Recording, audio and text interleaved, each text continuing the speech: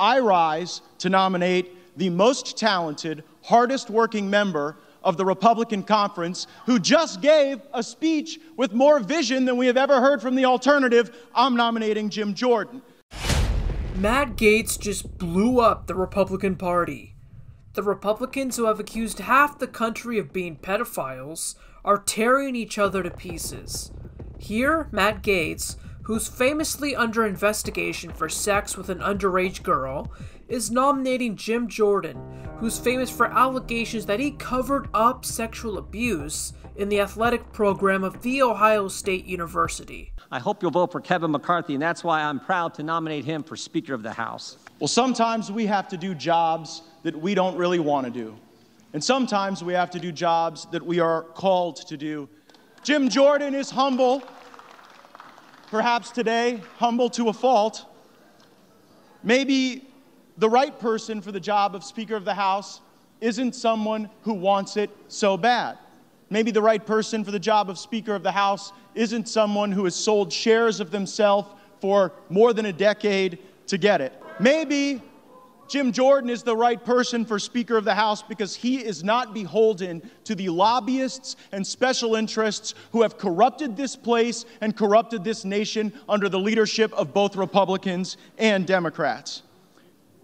Maybe Jim Jordan would be the right person for Speaker of the House because he wouldn't fight us when we try to get a term limits bill on the floor. Maybe Jim Jordan would be the right person because he wouldn't fight us when we try to put a balanced budget on the floor and vote for it. And maybe Jim Jordan is the right person because he would endorse the plan that was built by the Texas delegation to finally secure our border. Mr. Jordan said in his nomination that there are certain bills that we have to pass to fix the problem.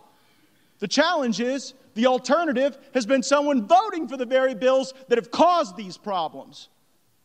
Mr. Jordan says that we cannot accept legislation like the omnibus, and I fully agree. And if Jim Jordan were Speaker of the House, if he were the leader of the Republican team, we wouldn't have that circumstance choking the economy of our country, increasing inflation, and diminishing the prospects of a better life for our fellow Americans. And finally, Mr. Jordan said we must engage in rigorous oversight. Every one of my Republican colleagues knows that the person who can lead that oversight effort, who works on it every day, who has the skill and the talent and the will, is Jim Jordan. I'm nominating him, and I'm voting for him. Multiple Republican officials have been caught engaging in sexual misconduct. In 2006, Florida Republican Mark Foley resigned after it was revealed that he sent sexually explicit messages to teenage congressional pages.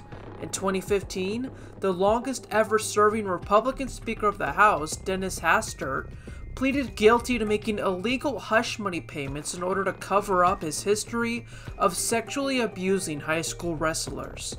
And most recently, Republicans propped up Alabama Senate candidate Roy Moore for his habit of trying to pick up high school girls, a habit that actually got him banned from his local mall.